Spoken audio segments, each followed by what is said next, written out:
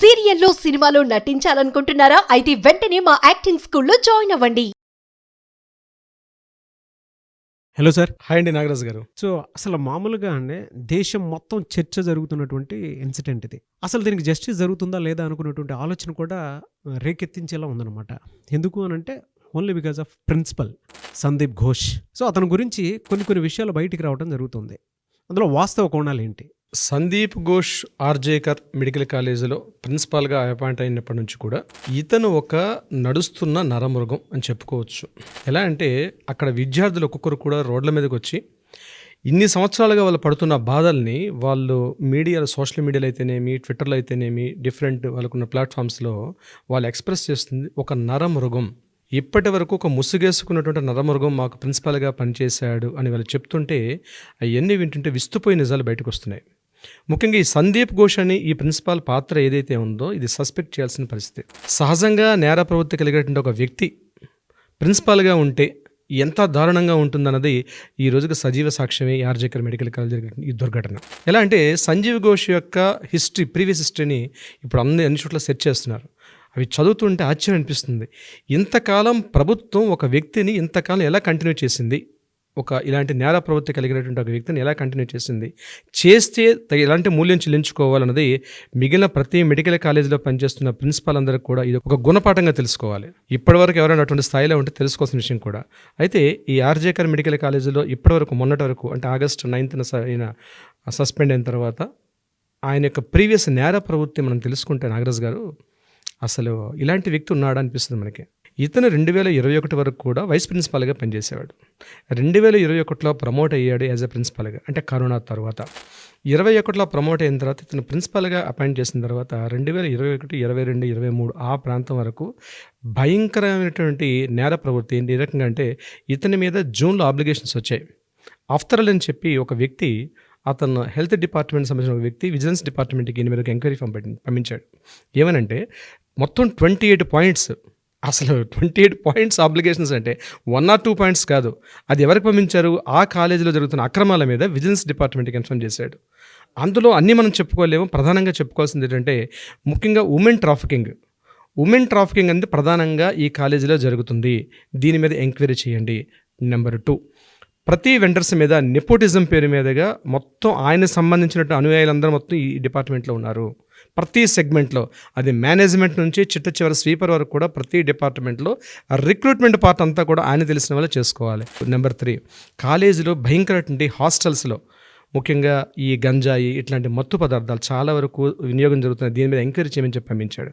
ఇదంతా కాకుండా vendors contracts ఇచ్చే విషయంలో 20% కమిషన్ తీసుకోవాల్సిందిగా ప్రతి చోట అది స్ట్రిక్ట్లీ ఇంప్లిమెంట్ చేశాడు. ప్రతి చోట 20% స్ట్రైట్ అవే ఆయన పాకెట్లోకి వెళ్తుంది. ఇది కూడా ఒక పాయింట్. వీటన్నిటికన్నా ఇంకొక భయంకర విషయం ఏంటంటే అవయవాల యొక్క మార్పిడి. దీని మీద ఆబ్లిగేషన్స్ బీభత్సంగా వచ్చాయన్నమాట. 2021లో వచ్చిన తర్వాత ఈయన మీద ఆబ్లిగేషన్స్ రాగానే ఈయన ఏం చేశారు, ఇక్కడ నుంచి ముర్షిదాబాద్ మెడికల్ కాలేజ్కి ట్రాన్స్ఫర్ చేశారు. ఇక్కడ విచిత్రం చూడండి, వితిన్ 48 అవర్స్లో ముర్షిదాబాద్ మెడికల్ కాలేజ్ నుంచి, అంటే ఇక్కడ సస్పెండ్ అయ్యి ఇక్కడ నుంచి 48 అవర్స్లో ముర్షిదాబాద్ మెడికల్ కాలేజ్కి వెళ్ళడం, సస్పెండ్ కాకుండా మళ్ళీ ట్రాన్స్ఫర్ చేశారు. Just only transfer Murshidabad medical కాలేజీలో అపాయింట్ చేయడం జరిగింది. దీని వెనక అసలు ఎంత పొలిటికల్ ఇన్ఫ్లుయెన్స్ ఉందో, నేను పొలిటికల్ మాఫియా అంటాను దీని వర్డ్ని.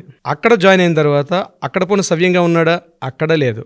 స్టూడెంట్స్ ర్యాగింగ్ విషయం మీద అక్కడ కూడా మరలా అప్లికేషన్స్ ఎదుర్కొ సుమారుగా 700 మంది students Murshidabad medical college students నుండి బయటకు వచ్చి కాలేజీని అటెండ్ కాకుండా అక్కడ గొడవ చేశారు ఇదే ప్రిన్సిపాల్ మీద.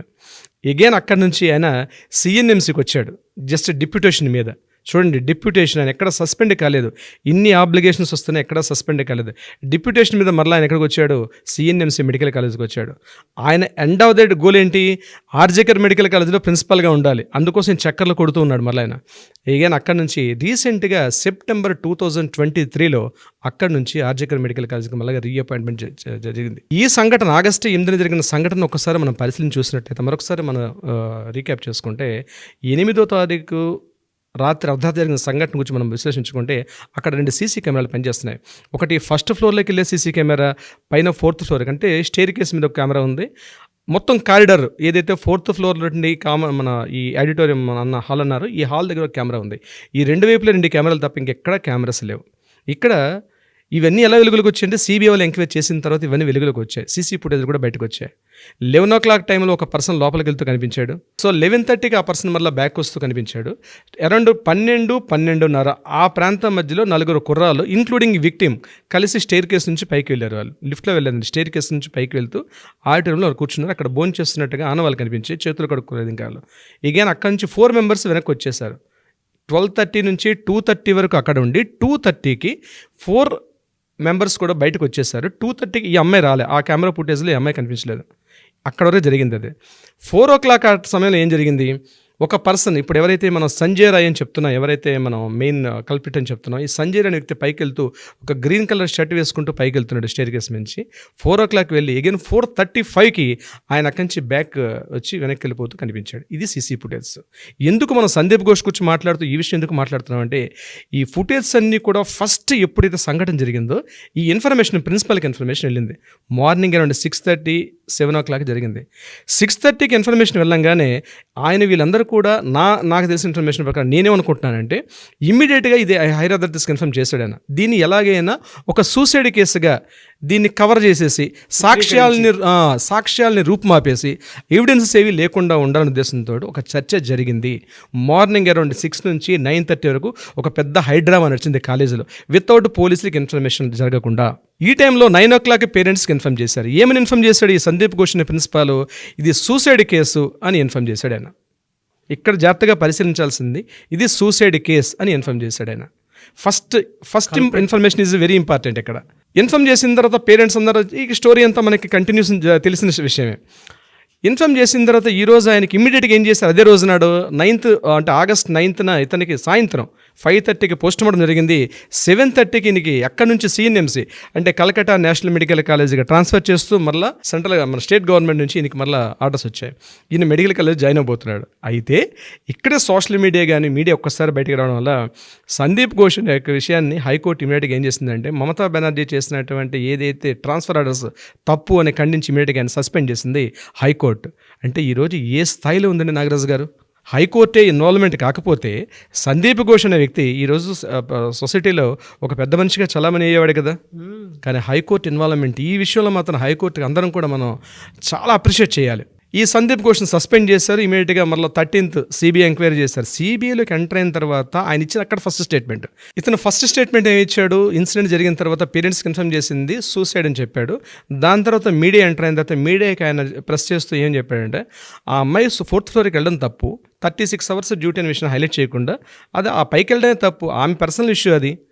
సో జరిగింది ఏమైనా జరగవచ్చు అన్నట్టుగా ఏమీ తెలియని ఒక కొత్త విషయాన్ని అంటే ఏమీ తెలియనట్టుగా చెప్పడం జరిగింది. ఆ విషయంలో అంటే కేసుని మిస్గైడ్ చేయడం, సూసైడ్ చేసుకుందనే విషయాన్ని పబ్లిక్ తెలియడం కోసం ఈ స్టేట్మెంట్ ఇచ్చాడు.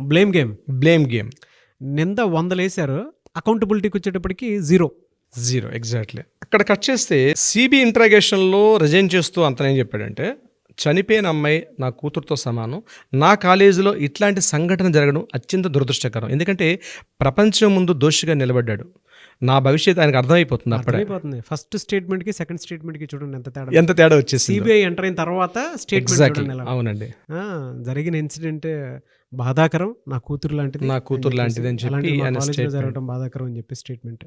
అవును, ఆ స్టేట్మెంట్ ఇచ్చి ఎస్కేప్ అవుదాం ట్రై చేశాడు. సిబిఐ ఇప్పటికి ఒక 3 సార్లు ఇంట్రాగేషన్ చేసింది దాని మీద. అంటే సిబిఐ ఇంట్రాగేషన్ చాలా డిఫరెంట్గా ఉంటుంది నాగరాజ్ గారు. సిబిఐ ఇంట్రాగేషన్స్ ఇంతకుముందు మేము ఒకసారి చూడడం జరిగింది, దట్స్ కంప్లీట్లీ డిఫరెంట్గా ఉంటుంది. సో ఇంట్రాగేషన్లో ఆయన చెప్పిన విషయం ఏంటంటే ఈ స్టేట్మెంట్ ఇవ్వడం జరిగింది. సో ఎంటైర్ ఎపిసోడ్లో మనం అబ్జర్వ్ చేస్తే ఏం జరుగుతుందంటే నాగరాజ్ గారు, సందీప్ ఘోష్ అనే ప్రిన్సిపాల్గా ఉన్నటువంటి వ్యక్తి ఆ కాలేజీలో ఆర్జీకర్ హాస్పిటల్లో ఆయన చేసిన అక్రమాలకి పూర్తి చిట్టా బయటకు వస్తుంది. మనం వీళ్ళు ఇంకోసారి ఎపిసోడ్ చేద్దాం. ఇది ఒక్కడే కాదండి, మెడికల్ కాలేజీ వ్యవస్థ అనేది భ్రష్టు పట్టి ఉంది భారతదేశంలో. అట్లీస్ట్ ఈ సంఘటనతో దేశంలో అనేక మెడికల్ కాలేజీలు బయటకు మేల్కొనాల్సిన అవసరం ఉంది. తెలుగు రాష్ట్రాల్లో కూడా అటువంటి ప్రిన్సిపల్స్ ఎవరైనా ఉన్నారేమో, అటువంటి నేర చరిత్ర ఉండేటువంటివి కూడా ఉంటాయి. ఉండకూడదని కోరుకుందాం, కానీ ఎవరైనా అటువంటి నేర ప్రవృత్తి కలిగినటువంటి కాస్త ఉంటే దీనికి అలర్ట్గా తీసుకోలేక గుణపాఠంగా తీసుకుని అలర్ట్ అవ్వండి.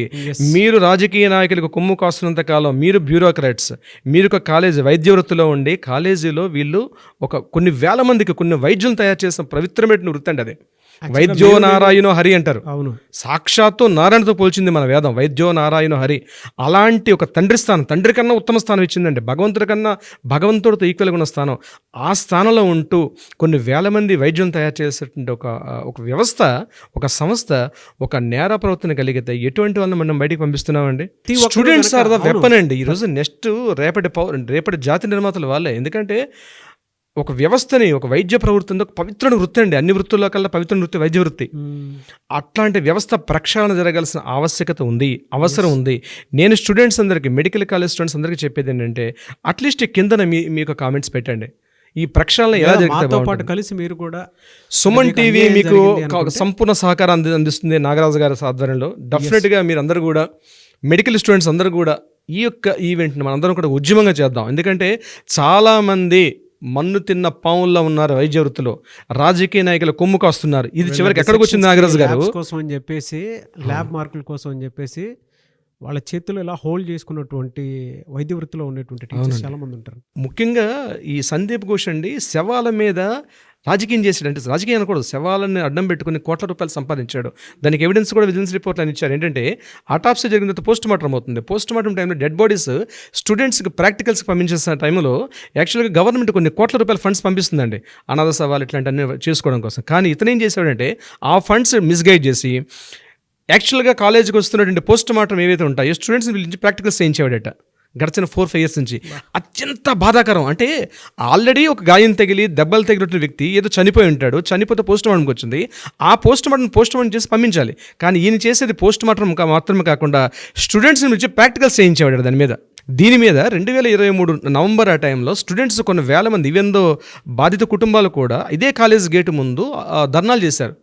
మా యొక్క జరిగిన యాక్సిడెంట్ బాడీస్ వస్తాయి, హాస్పిటల్కి వస్తాయి. యాక్చువల్ కనిపించిన యాక్సిడెంట్ ఒకటి పోస్ట్ మార్టం చేసి మొత్తం దేహాన్ని చిన్న భిన్నం చేసి, అంటే యాక్చువల్గా ఇది కాదు కదా పర్పస్. ఈయనకి ఆల్రెడీ కోట్ల రూపాయల ఫండ్స్ వస్తున్నాయి.